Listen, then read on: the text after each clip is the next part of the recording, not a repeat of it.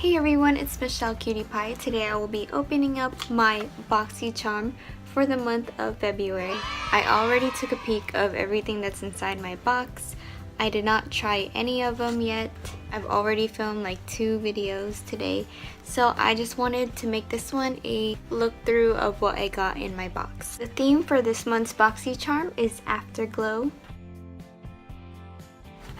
So the first thing is this Nude Sticks Magnetic Luminous Eye Color in copper foil.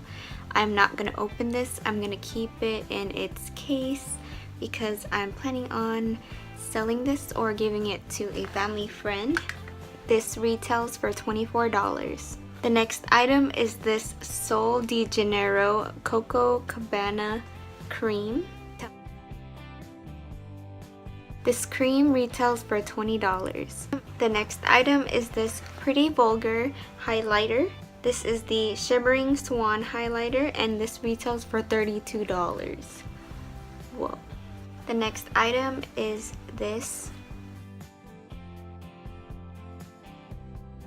You guys already know this famous, infamous mascara. I tried it on today. Everybody hypes up this mascara, but I can tell you that it separated my lashes really nice. It wasn't too thick at all. I like the bristles of the spoolie because it really gets into the small lashes in the front of your lashes. So I love that. This retails for $24.